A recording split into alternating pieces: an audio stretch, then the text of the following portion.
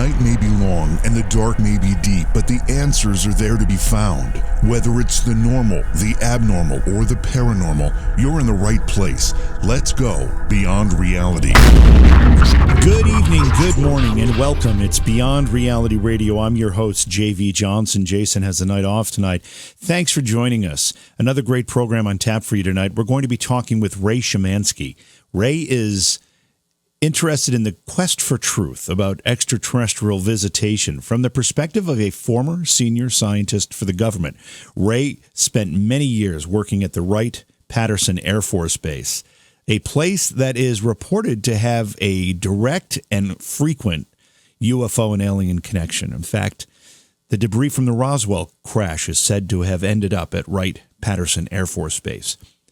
Our guest, Ray Szymanski, knows the details of this. We're going to talk to him about that tonight. We will, of course, take your phone calls in the second part of the program at 844-687-7669 is our listener line. And we'd love to have your comments and questions as we continue the night. And again, that'll be in the second part of the show. We also have a bunch of great stuff coming up later in the week here. Tomorrow night, Dylan Avery, who is the director of a film called Loose Change. You've probably heard of that, related to the 9/11 attacks. And he's also got a film out called Black and Blue. And we're going to be discussing those films, plus CBD and his new documentary about that called Magic Molecule. That'll be a great discussion in the first hour of our program tomorrow night. And then in the second hour, Lee Austin will be with us to talk about flat earth theory. Now, I know we've spoken about that recently, and we don't like to, revisit too many topics too quickly here on the program. But Lee has been on the program a number of times, and he has a new concept, a new idea, and a new approach to this. So we'll have him on in the second part of the program to talk about that. And that is tomorrow night. Then Thursday, Lee Harris will be with us. Lee Harris is an energy healer, and he'll give practical guidance, inspiration, and a clear blueprint for growth and change, including how to invoke the help of our spirit guides and angels. That's something that we could all use now and then, right? I know I could. Looking ahead to next week, of course, Friday will be a best of program. Next week, one thing I did want to mention about next week's schedule, because if you remember a couple of weeks ago when the Notre Dame Cathedral in Paris burned tragically, there was a connection between Nostradamus and predicting that fire, according to some people who study Nostradamus. And we quickly had a guest on. We got him last minute. He's a Nostradamus scholar and expert to talk about that connection. He said that he doesn't read it the same way, and that was John Hogue. Now, John was only with us for a few minutes that night, but we made him promise that he would come back and spend an entire program talking about Nostradamus. And we're going to do that next Tuesday night. John Hogue will be with us. The whole show will be talking about Nostradamus and his predictions. Many people believe he was a prophet. Some people say he was just a guy that wrote some things down, and if you interpret them the right way, you can say they came true. Either way, John Hogue will talk about his work, and I know John believes he had some prophetic skills or abilities, and we'll talk about those with John Hogue Tuesday night next week. That should be a great one as well. Stop by our Facebook page, Beyond Reality Radio. Also, please subscribe to mine or like mine, JV Johnson on Facebook. The easiest way to find it is just look for JVJ Paranormal, and you can find my Facebook page. Give it a like. We're going to get those numbers up there. And then I'm going to send you over to YouTube. If you haven't seen the YouTube channel, it's a great place to find back shows. There is a video stream involved. We do some live streaming there. And if you don't have a radio station option in your area and you're looking for another way to participate in the show, that YouTube stream is live each night. And we have a great chat room around it, too. The YouTube channel is JV Johnson on YouTube. So find that, subscribe to it, click the little bell icon so that you get notifications when we upload videos and when we do our live streaming. That's going to do it for our housekeeping stuff. We're going to take a break, and when we come back, we'll bring our guest in. Again, tonight we're going to be talking with Ray Szymanski about Wright-Patterson Air Force Base and its connection to alien and UFO phenomena. It's Beyond Reality Radio.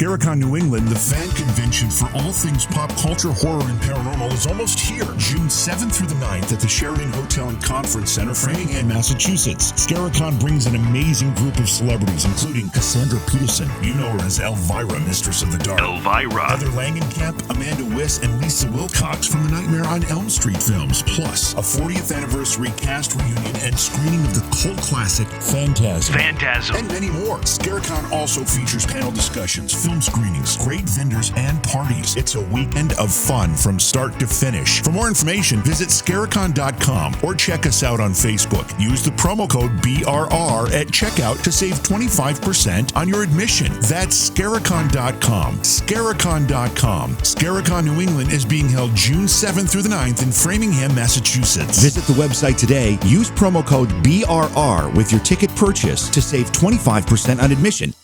Just added to the Scaricon New England lineup, Billy Zane from Titanic, The Phantom, and more.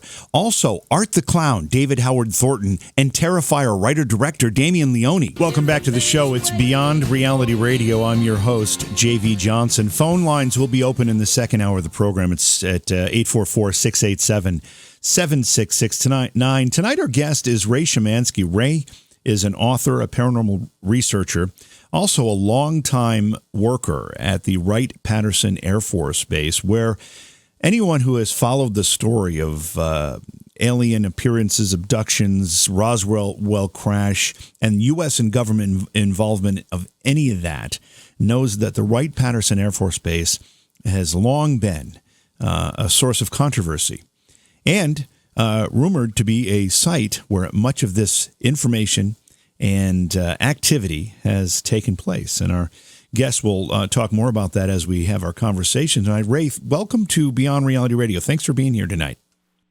Thanks for inviting me. Appreciate it.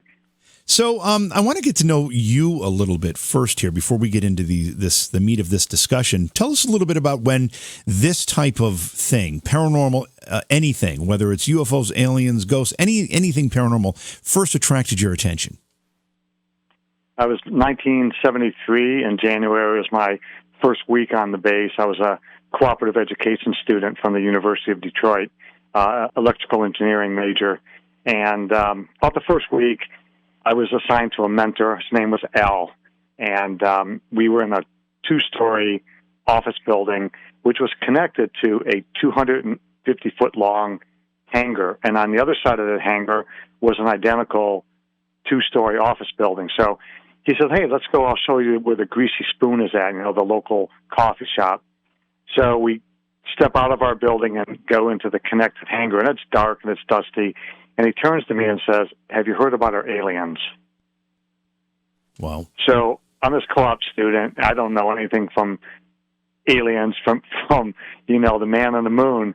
And so we have a little conversation. He explains to me that there was a crash wreckage out west. It was brought to Wright-Patterson Air Force Base for evaluation and possible exploitation.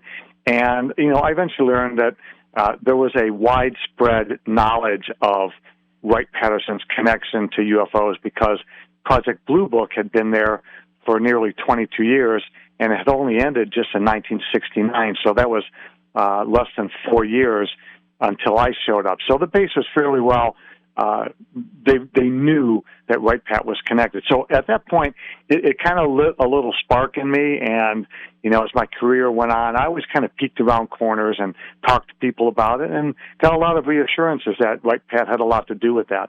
So you didn't have an interest in any of this before you started working at Wright-Patterson Air Force Base. This all happened once you got the job there. Pretty much didn't have a clue. I mean, I can remember growing up in Detroit and stargazing and that kind of thing and being interested in the early space race. But it really wasn't until I got on base and my mentor for that work study term brought it up. And I started reading everything I could when I could, and that was really the beginning. When he brought it up, you hadn't been there very long. You were, I guess, by all measures, a rookie. What do you think his motivation was for talking to you about it so blatantly, if in fact it is such a well-guarded secret in so many circles? Well, I think he wasn't really giving me any kind of secret.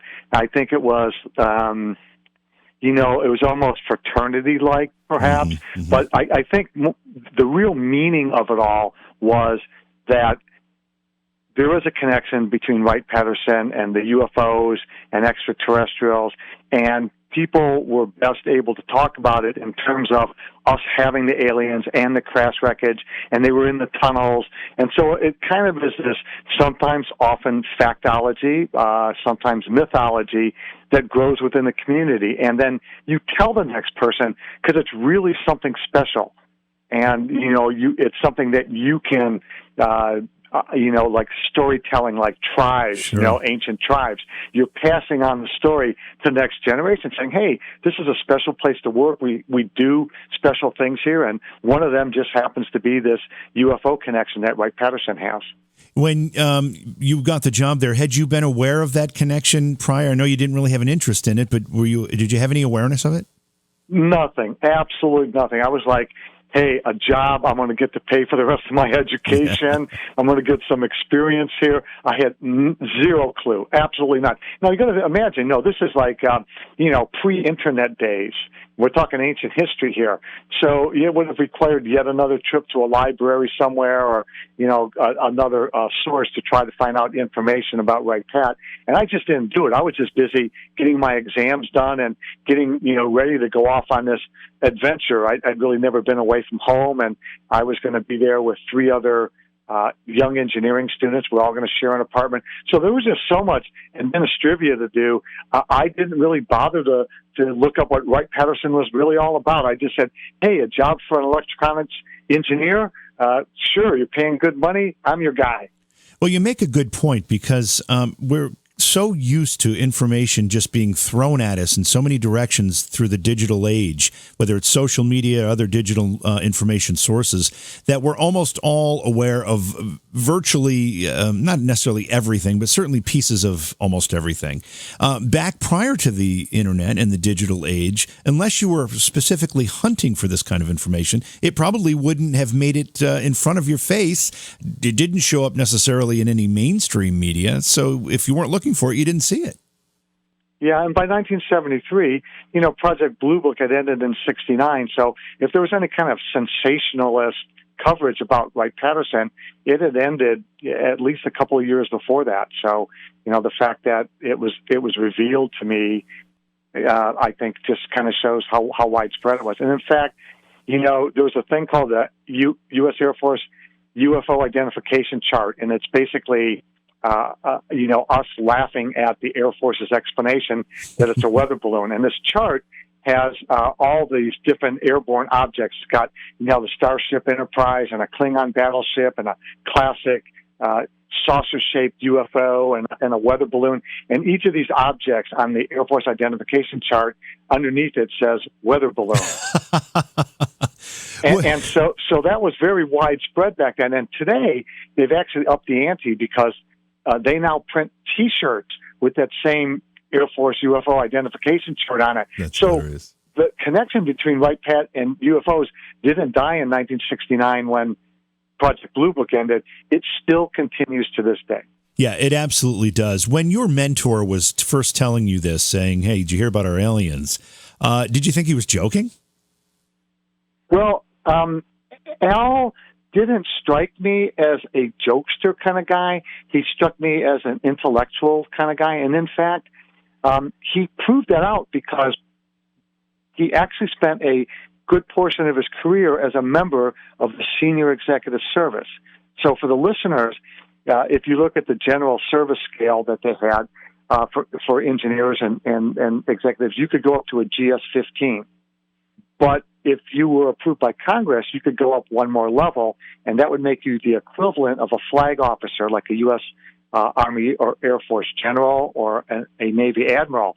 So that is, your general officer level. He actually went on to earn an SCS ranking. So he wound up being at the general officer level. So this just was not some, fly-by-night mid-level engineer. He was quite accomplished in his career. For those who might not be familiar with Wright-Patterson. Tell us where it's actually located geographically. Okay. Geographically, if you go about 60 miles west of Columbus and you go about 60 miles north of Cincinnati, you'll come to an intersection of Interstate 70 and Interstate 75. And Wright-Patterson Air Force Base is located on a 45-degree angle to the southeast, about 15 miles from there. So it basically borders places like Huber Heights, Fairborn. Well, see, we talk about this stuff, and we mysteriously lose our guest. This is not the first time this has happened to us, right? Anybody who listens to this program is aware that whenever we start talking about something that there is a bit of a government cover-up involved, at least one that we suspect or maybe are curious about, we end up losing our guest. Are you with us, Ray? All right, we're going to need to have Slick get Ray back on the phone. So we're talking with Ray Szymanski. Ray is was a longtime employee at Wright-Patterson Air Force Base, a U.S. government facility, an Air Force facility that has a long-standing, at least rumored, connection with alien activity and alien evidence. And in fact, some people suggest they're reverse engineering alien technology at Wright-Patterson Air Force Base. Among many, many other things, the original Roswell crash debris was reported to have gone to Wright-Patterson Air Force Base, and it's reported to still be there. So when we get our guest back on the line, Ray Szymanski, we're going to talk a little bit more about that. Ray has a couple books out. One is called 50 Shades of Greys. You know, the aliens, Greys. A nice play on words. The second one is 50 Shades of Greys, Victoria's Secret Truths. And both of those books are available on Amazon, and you should check out Ray's website as well. Just Google Ray Szymanski. It's SZYMANSKI. What we're going to do here is, I think we've got Ray back, but we need to go to break, so we're going to take the break. When we come back, I want to talk a little bit about the history of Wright-Patterson Air Force Base. How long has it been in existence? What's its military mission supposed to be? All those kind of things. You know, the questions that anybody might have if they didn't realize there's an alien connection. And again, we will be taking your phone calls at 844-687-7669 in the second hour of the program. It's Beyond Reality Radio. Did you know that online retailers like Amazon have constant deals that can save you money on the things you buy every day? It's no joke. Save 40%, 50%, even 80% on great products, and all you have to do is know about them. Noodle Shark is the way to be alerted when something good is coming your way. Noodle Shark is the social media page that lists great deals that not only save you money, but give you the deals before anyone else has them. All you have to do is find Noodle Shark on Facebook. Search it as The Noodle Shark. That's The Noodle Shark, because you deserve to save too. Become a shark and save. Welcome back to the show. It's Beyond Reality Radio. I'm JV Johnson. Thanks for being here with me tonight. Our guest, Ray Szymanski. Ray is a longtime employee of the Wright-Patterson Air Force Base. He's a paranormal researcher and an author. He's got several books out about the topic. 50 Shades of Greys and 50 Shades of Greys, Victoria's Secret Truths. And Ray's mission here is to get the truth out. And Ray, again, thanks for being here. Let's first of all, we lost you there, and it's very, very curious to me. And I know that you're on a cell phone, so you know the connection can get a little bit unreliable at times. But it seems like anytime we talk about this particular topic and we talk about government involvement and cover-up, we always have some kind of problem, whether it's internet going out or phones being disconnected. You've been at this a long time. Have you seen or experienced any of that phenomena that you might be a little suspicious of? Oh, definitely. I had a internet problem when I was going to upload my first book, because it's self-published, and I had to upload it so that they could process it on their end up at CreateSpace, and the internet connection kept failing. It wasn't that large of a book, 250 pages, about 100 photos, and it just kept failing. And so I had the AT&T guy come out, through which I had the service. And he said, you're only 10 feet from your router, and he's saying the signal's strong. There's 5 bars on your computer showing that you're connected. He goes, I cannot figure out why you keep getting the disconnect. And I said, well, you're the expert, Yeah. So now I'm really worried. I had him out 3 different times, and it was so frustrating because I'm trying to upload this book, and I'm going to just use the word coincidentally to be kind. Coincidentally, it took me a couple of days to finally get it accomplished because it just kept cutting out. And I've experienced some suspicious other kind of communications. I would call it denial of service attacks. So I have some evidence, but I'm not sure I really have the proof. Well, these coincidences seem to be awfully common whenever you circle around these topics. Let's talk a little bit more about the Air Force Base itself. What's the history of the base? How long has it been there, and what is the official mission of that particular Air Force Base? Well, there are probably at any one time 20 to 30,000 people assigned to the base. Wow! So it's massive. It has over 600 buildings. It has 8,000 acres. There's actually two areas. There's an active landing strip operational area called Area A, and then there's Area B, which is the more businessy end of it. Air Force Research Lab headquarters is stationed there, and it has several, I think about maybe 2,000 employees, so it forms a big part. So you have the Air Force Research Labs is in Area B, and so most of the major research and development that occurs for the U.S. Air Force is centered there. And then you have other tenants. You have the Air Force Institute of Technology, and that's where people go to get graduate degrees, master's degrees, and things that are related to, aeronautical engineering. You can get PhDs there. There's the Air Force Life Cycle Management Center. There's Air Force Materiel Command. And so you have the people that basically look at the requirements that the Air Force has for a new weapon system, a platform, say, the next F-15 or the next F-22 or the next, Joint Strike Fighter. And they put all of those requirements together. And they basically raise an airplane and, get it put on the runway and actively defending this country, from A to Z at Wright-Patterson. So it's a huge mission. And the split is generally about 15,000 civilians and anywhere between 10 and 15,000 military basically assigned to the base. And I assume it's been there a while. I believe that there was originally a place called McCook Field, which was downtown, and then there was Wright Field, and then there was Patterson Field. McCook eventually closed, and then about 1917, I believe, is when I believe Wright Field was actually founded. And I know for a fact that the Materials Directorate, which is now part of Air Force Research Labs, was founded there in 1917, and that's a good backstory for something we can talk about later when we talk about recovered metals and stuff. And I believe the two bases, the Wright Field and Patterson Field, were actually joined under the Wright-Patterson name in about 1948. So roughly about 1917 for the first part of the actual Wright-Patterson was put into operation. Do you have any suspicion that the base itself was constructed specifically with the idea in mind that extraterrestrial UFO activity was going to be studied there?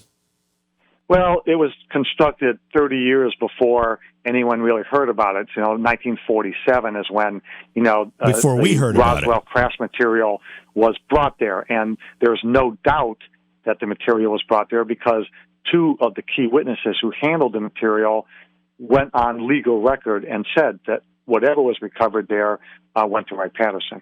And that's, of course, before we heard of any of this UFO activity. I would suspect that if the federal government or the military knew of it before we did, they certainly weren't going to tell us.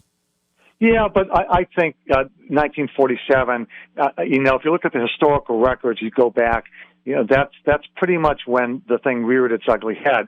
But if you think about it, the Materials Directorate was founded in 1917. So by 1947, they had been working with materials that fly in the air for 30 years. So right.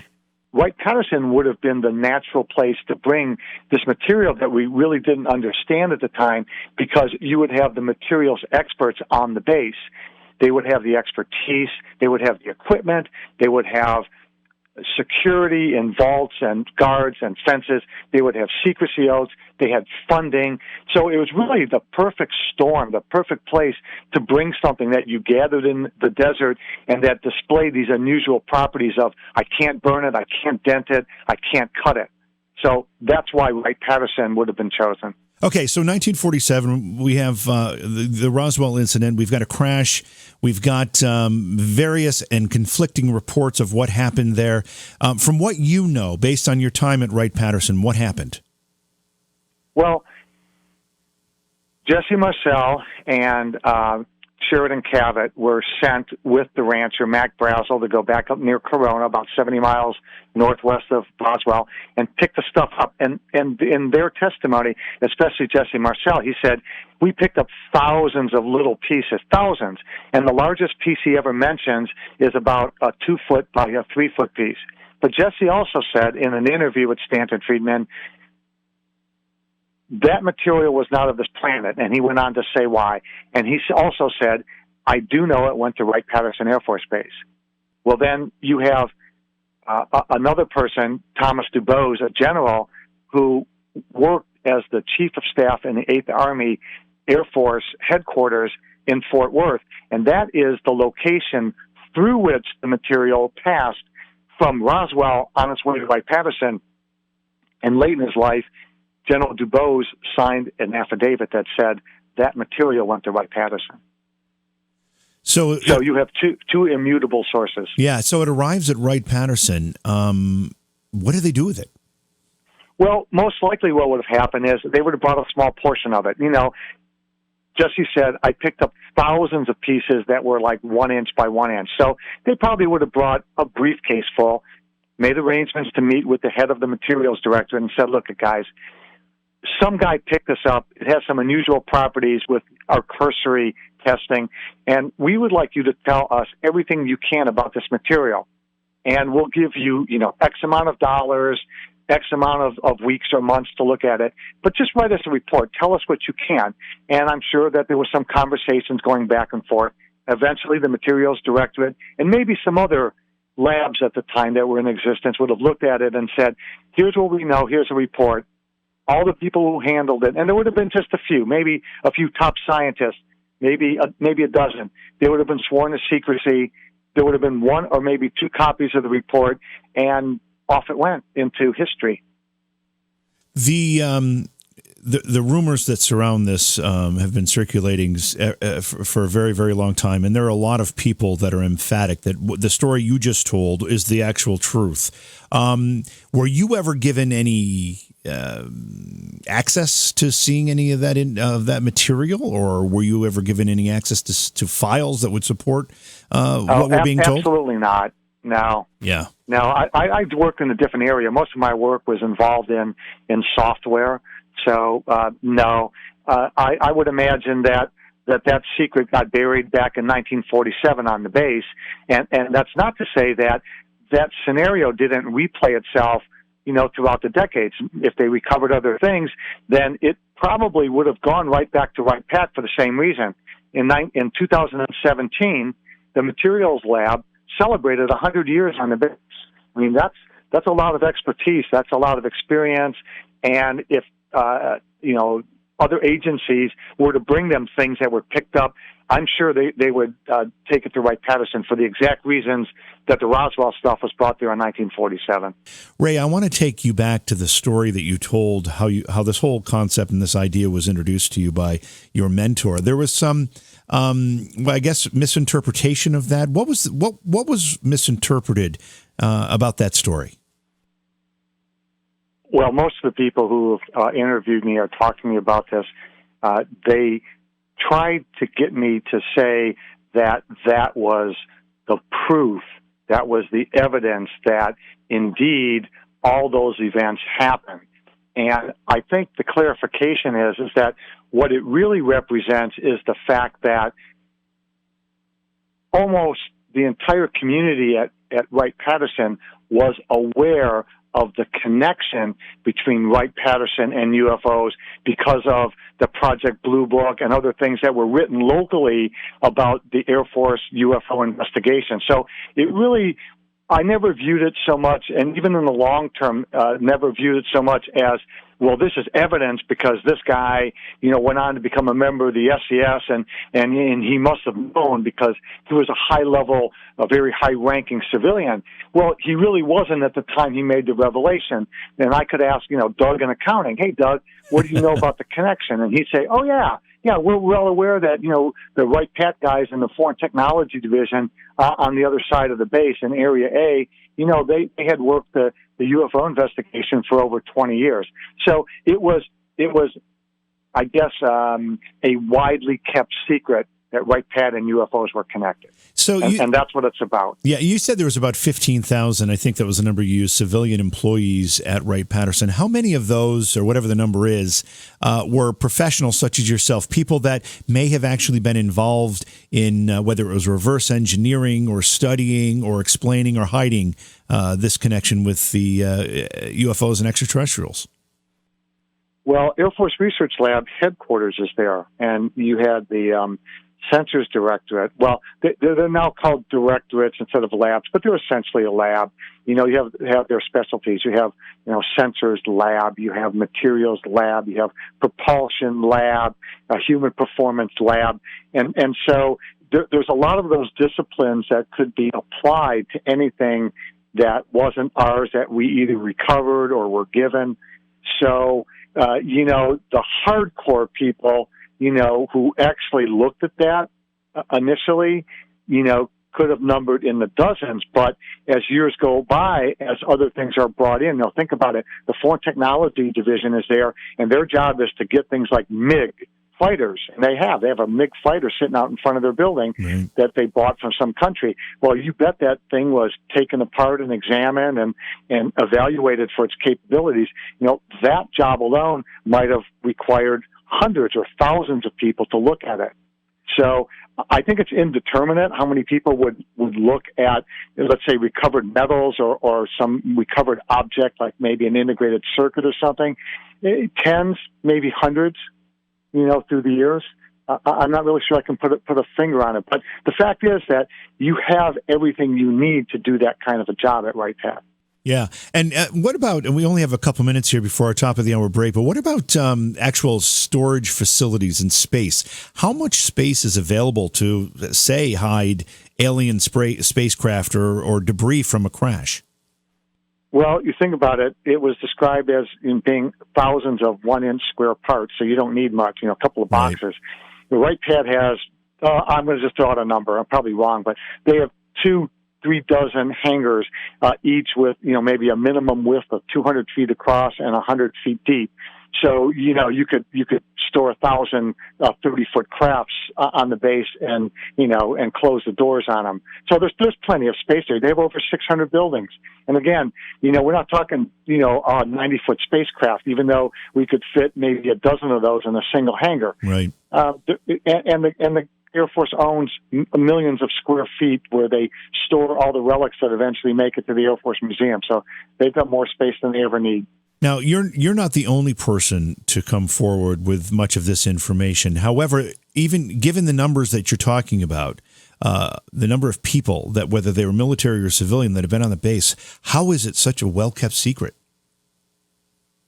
Well, I think it's neat to know, and that's always the way it's been. Now, look at the presidents. Carter, Reagan, Clinton, all those guys wanted to be briefed on the UFO thing, and they weren't.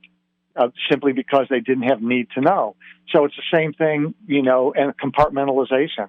You think about it. They bring in the debris in a briefcase. They take it to the director of the Materials Directorate. He handpicks a couple of scientists and engineers. Now you only got 5 or 6 people knowing about it. Yeah. It doesn't take, and in many cases they might give a scientist a piece of metal and say, just tell us what you know about this and don't ask any questions. And there's nothing he can say because he just simply had a piece of metal. So it's similar to what we've learned about maybe the JFK conspiracy or other conspiracies where the information is so compartmentalized, you don't put it all together, therefore you don't really have a story to tell.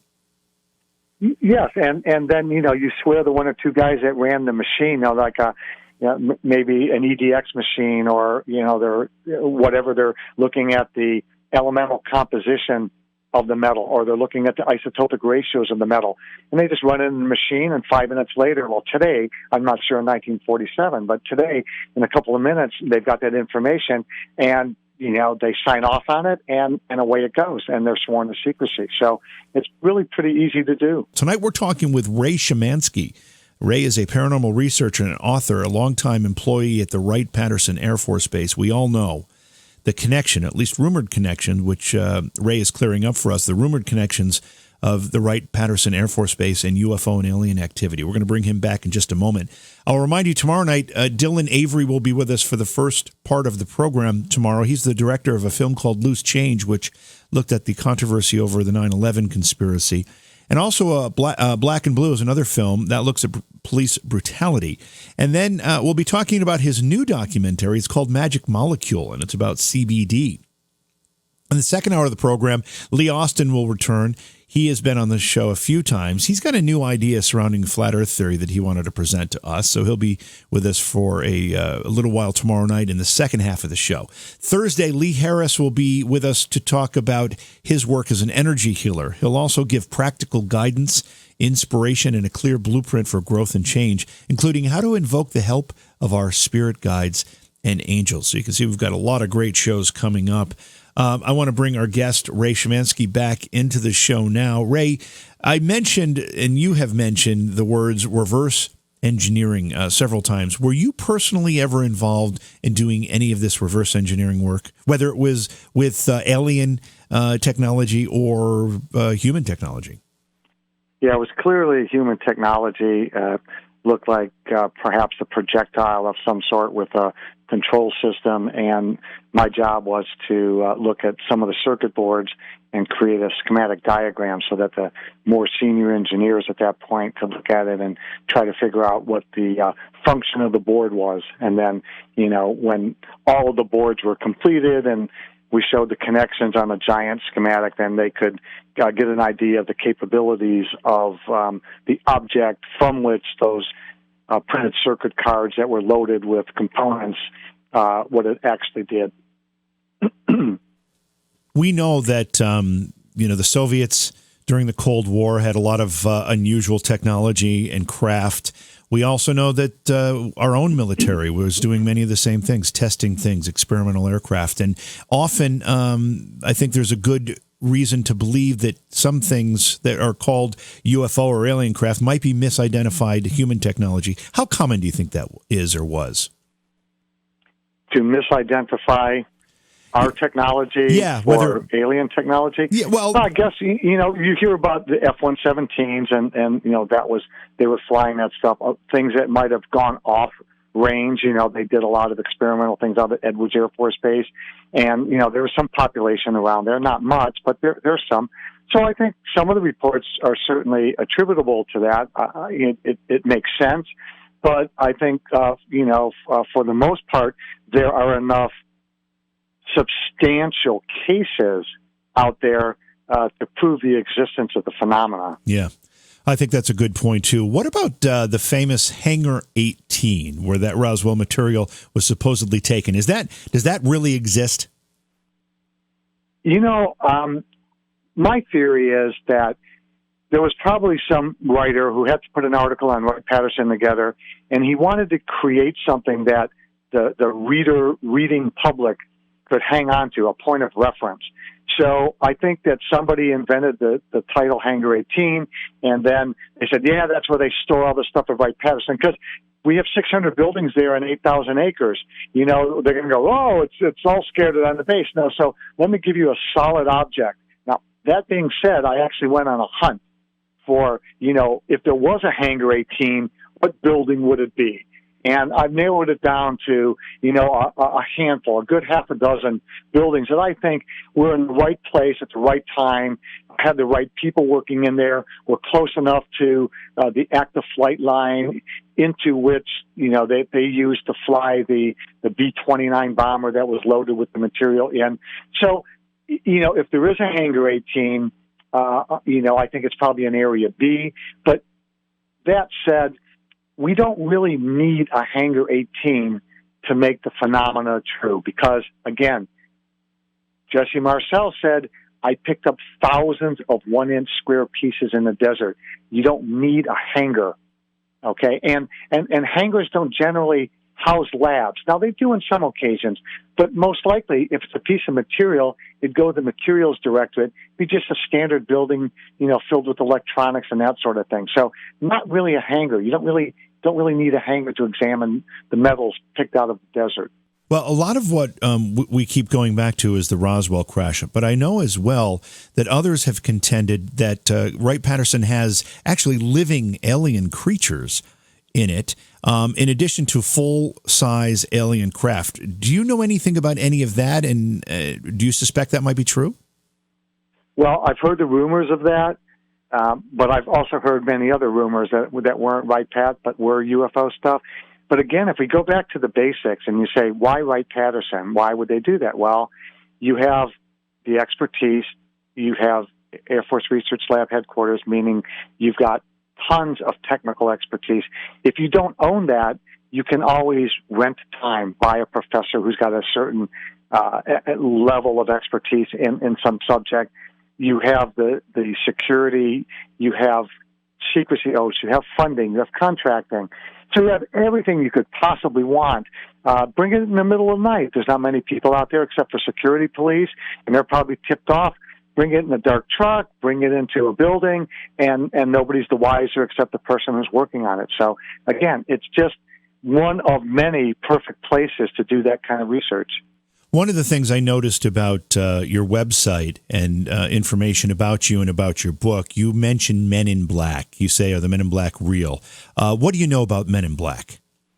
Well, I actually had an encounter with a gentleman who was standing outside a building, and we already mentioned that before, the Foreign Technology Building, which is now the National Air and Space Intelligence Center, I think, NASIC.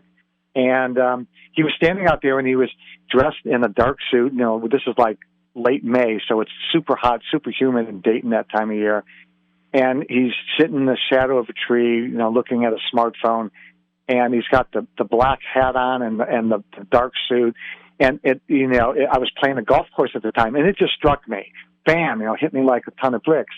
So I went over and actually talked to the guy. Actually, talked to him twice. Point blank asked him if he was, I knew which building he worked in, and asked him if he was, a man in black, and kind of in a casual, humorous sort of way. But I was kind of in a semi-panic at that point.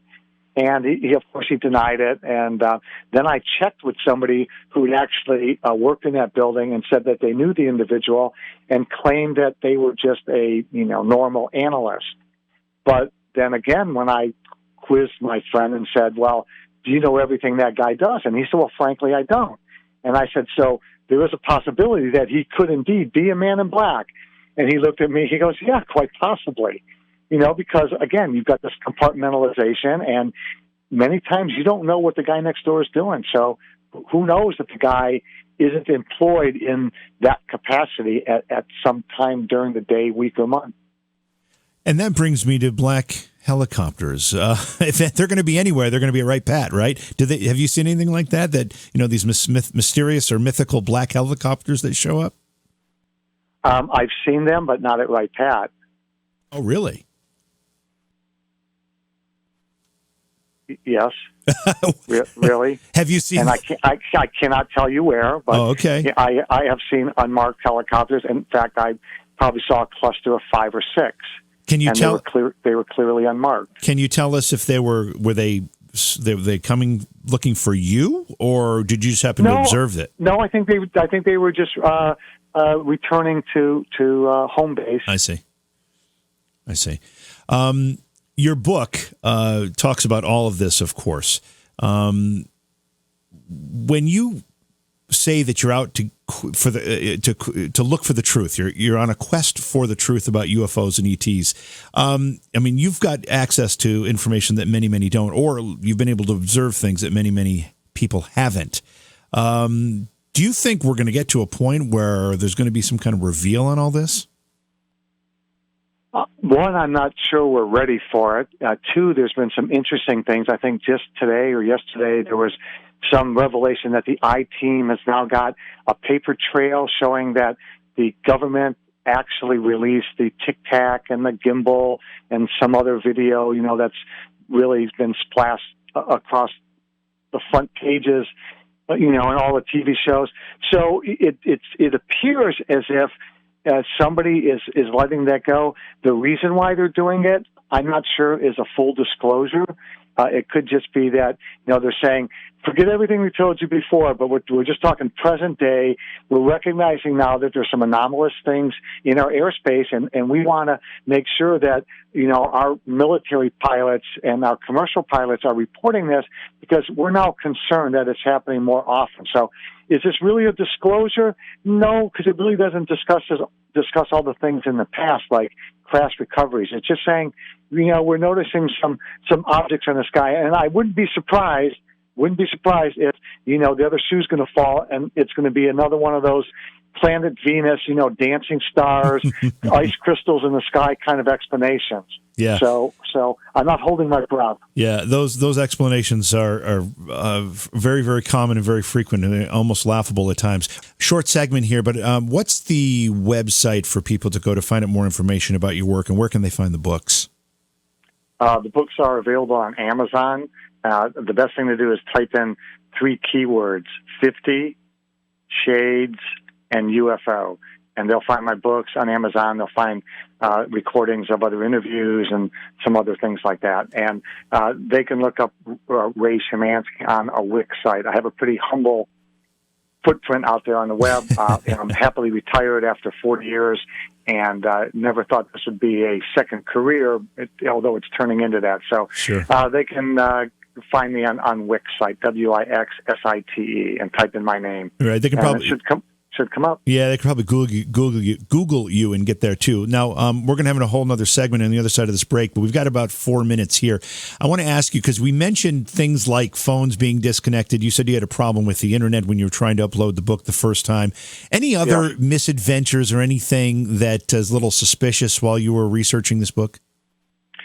Well, one of the interesting that happened to me in Exeter when I went out to the site of the Muscarello, the 1965 sighting, and I was sitting in my car, and a disembodied voice appeared outside the driver's window and asked me what I was doing there. And I explained I was a researcher, and they said, well, they're not coming back. There's nothing here for you to see. You need to leave. And I didn't see a car approach my car or anything. So somebody had either come out of the woods or dropped out of the sky or who knows what. And they said that to me on 3 different occasions as I was trying to explain my presence there. And I was stunned. I was pretty shocked. And I just finally said, I caved. I said, well, okay, fine, I'm going to leave. And I did, because I had no idea who they were, what they were, and whether they had an army of people in the adjoining woods. So I basically left. It was a pretty scary situation. Wow, that is scary. We've had other folks talk about similar incidents. I mean, you just don't know, and you don't know the lengths they'll go to prevent information from getting out. I mean, we've seen some things that are pretty extreme. I also had an incident in Rendlesham when I went there, and I noticed that there was a car parked all day at the entry point where most researchers would enter to kind of retrace the steps of Peniston and Burroughs and the boys. And it turns out that the car was registered in a town 2 hours away, and that town is host to a intelligence center. And I thought, that's strange. Maybe they were observing the people coming in and out of Rendlesham Forest that day, trying to get a bead on who's doing research, which I thought was unusual, a little paranoid on my part, but nonetheless, somebody wasn't just there, I'm in a neighborhood. It actually came from a place that hosts an intelligence center 2 hours distant from Rendlesham Forest.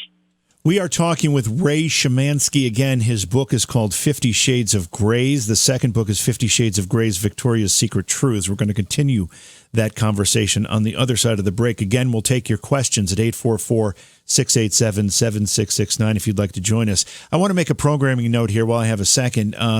We had a gentleman on the program a couple of weeks ago when the Notre Dame Cathedral had burned, and he talked about the connection or the possible connection between Nostradamus's prophecies and the burning of the Notre Dame Cathedral.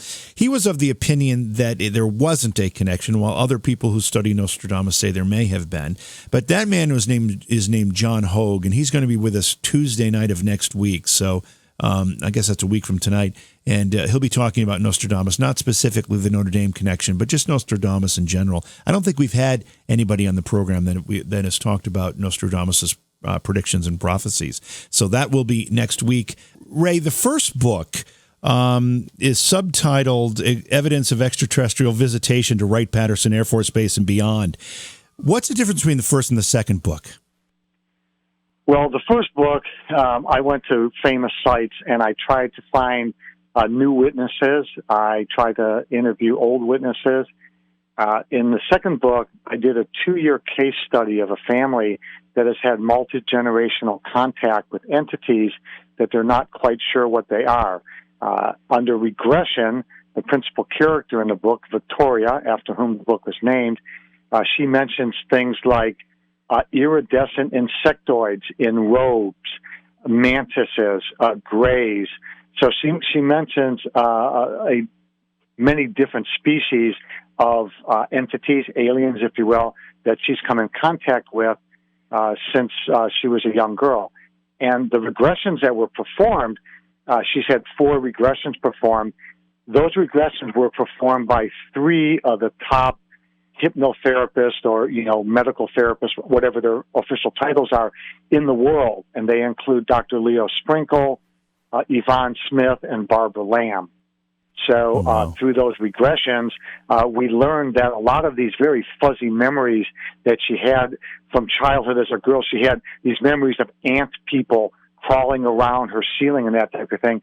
Those were actually screen memories, and she was actually being abducted and has been unwillingly participating in an alien breeding program. So I collected all the photographic, clinical, medical, narrative evidence, put it to the stress test, and that which didn't pass, didn't get published, those things that I think make a strong case for that reality are contained in the book. So did you say that there were screen memories? Is that what you said?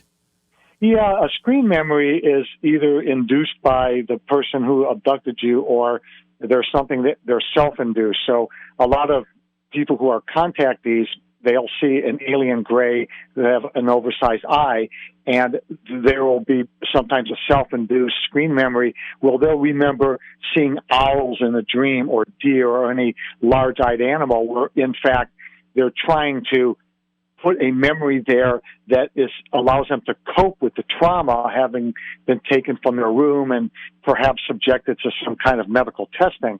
In other cases, the abductors themselves are known to impart a screen memory so that the person who has been abducted will not remember exactly what happened to them.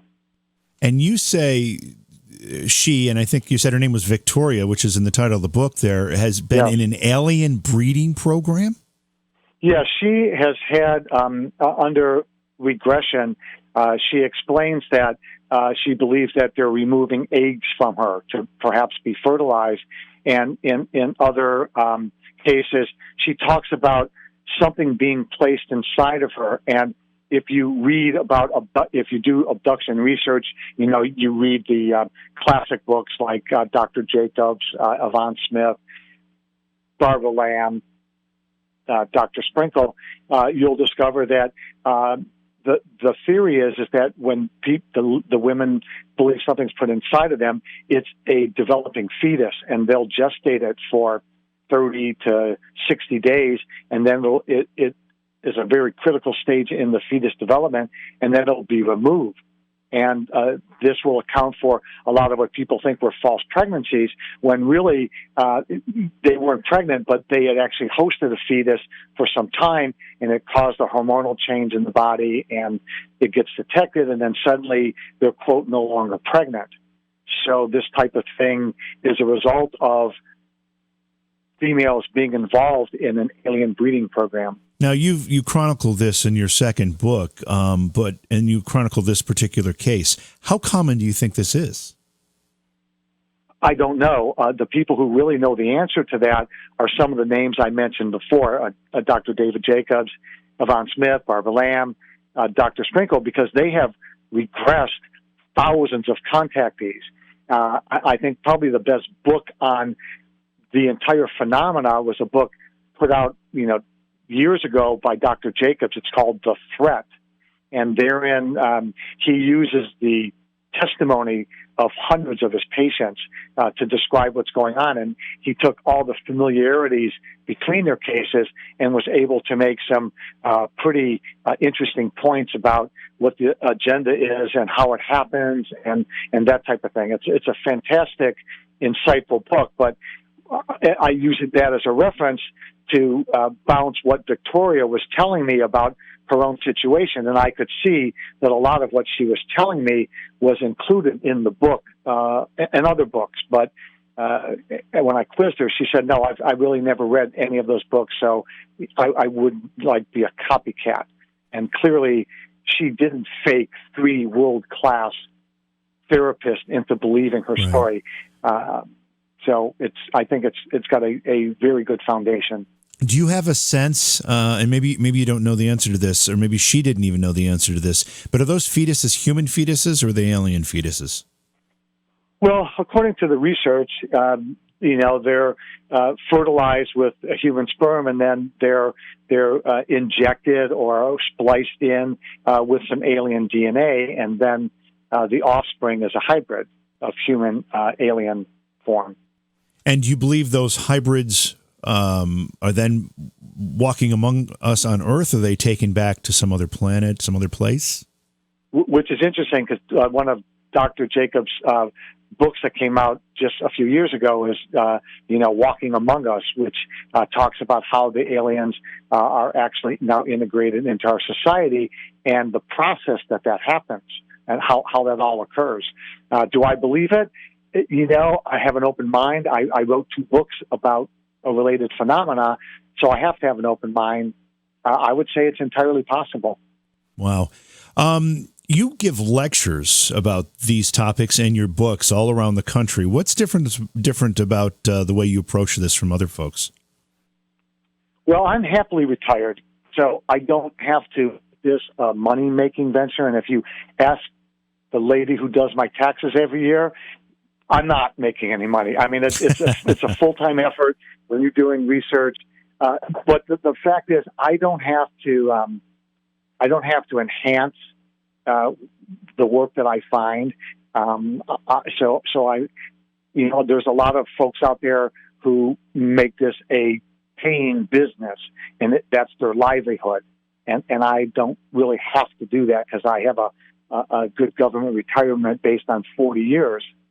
So I think I can maybe be a little bit more subjective and, almost be blasé about it and, not have to stand at the pulpit and beat it to death.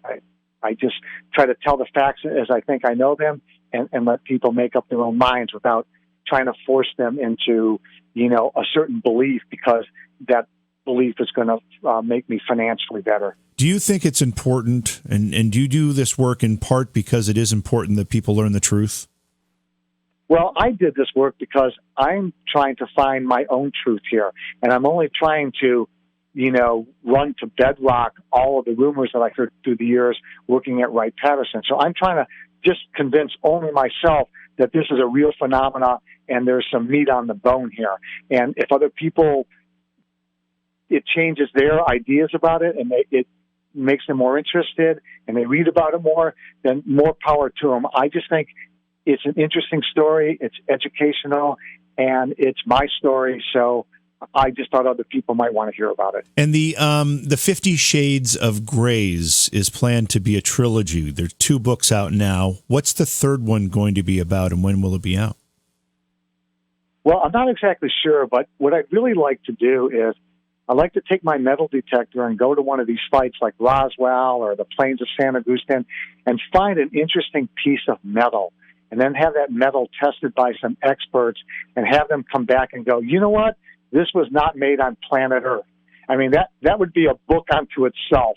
And it might be a small book, but I'd really love to do something like that. So I kind of want to get back to more of the trace cases where there's radioactive, traces that are detectable by Geiger counters, or, maybe finding an interesting meteorite that somebody goes, hey, we've never found one of these before.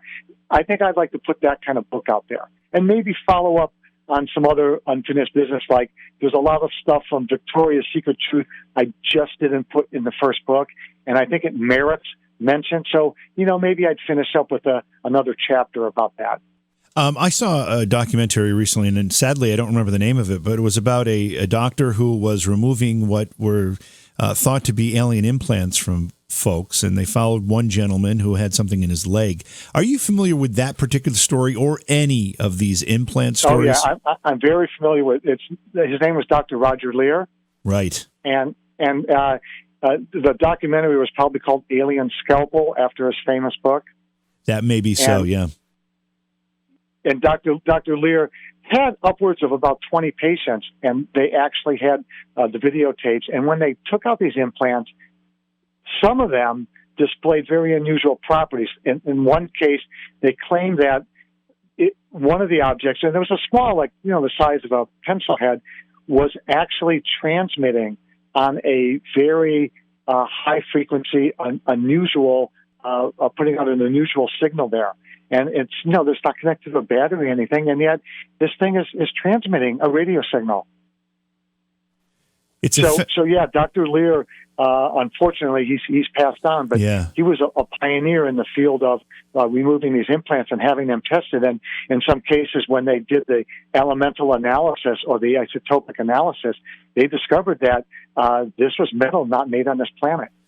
So clearly, when you're on a show like this one, you're going to be able to get a fair hearing and have a good, open, and honest conversation. How does the mainstream or general media accept these discussions from you, or from anybody for that matter? I've been on a Fox morning show. I've been on an NBC morning show.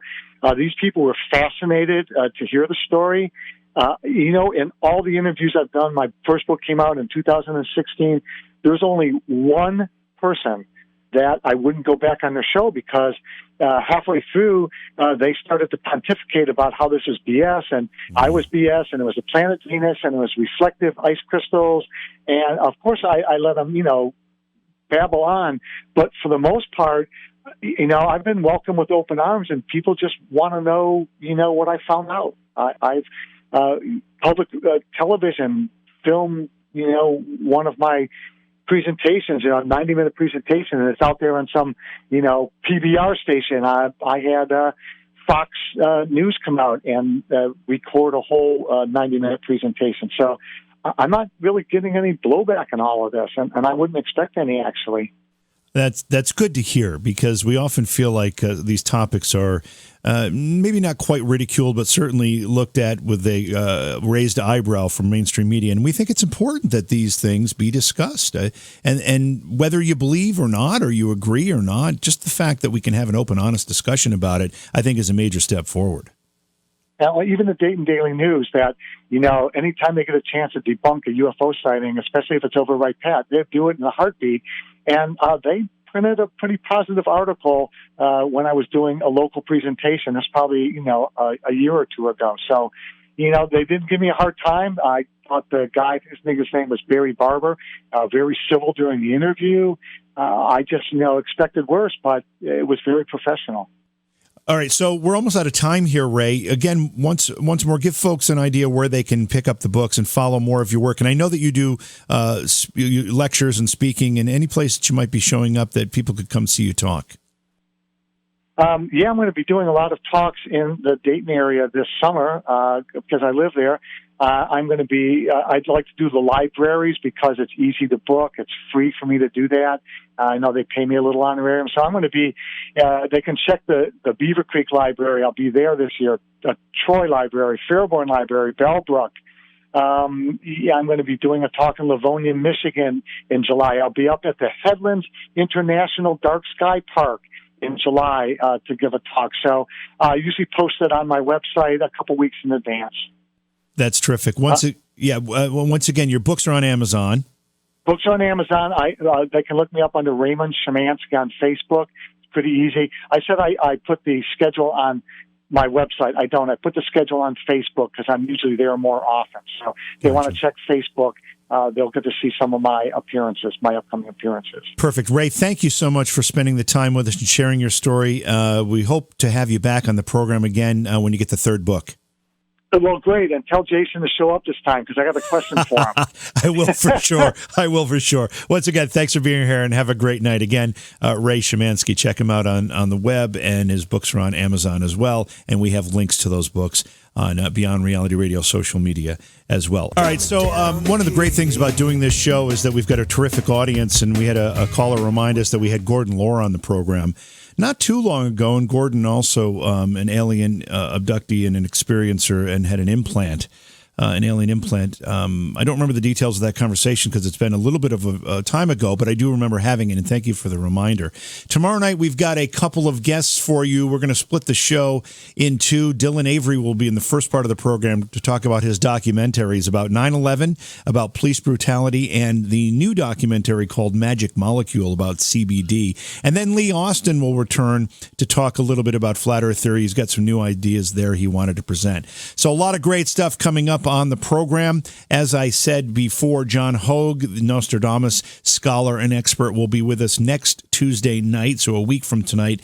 I'm anxious to have that discussion about Nostradamus. We've got a lot of people that are interested in it, so it should be a good one. And in addition to that, please stop by all our social media sites at Beyond Reality Radio and mine as well. YouTube, JV Johnson, Facebook, JV Johnson, or on Facebook, you can also find it by searching JVJ Paranormal. So that's going to about do it for tonight. I, again, appreciate you all being here. Appreciate Ray Szymanski being a great guest. We're going to have him back when his third book in the trilogy comes out. In the meantime, you can find 50 Shades of Grays and its follow-up on Amazon, or you can click on the links that are right in our descriptions of our social media and our other posts.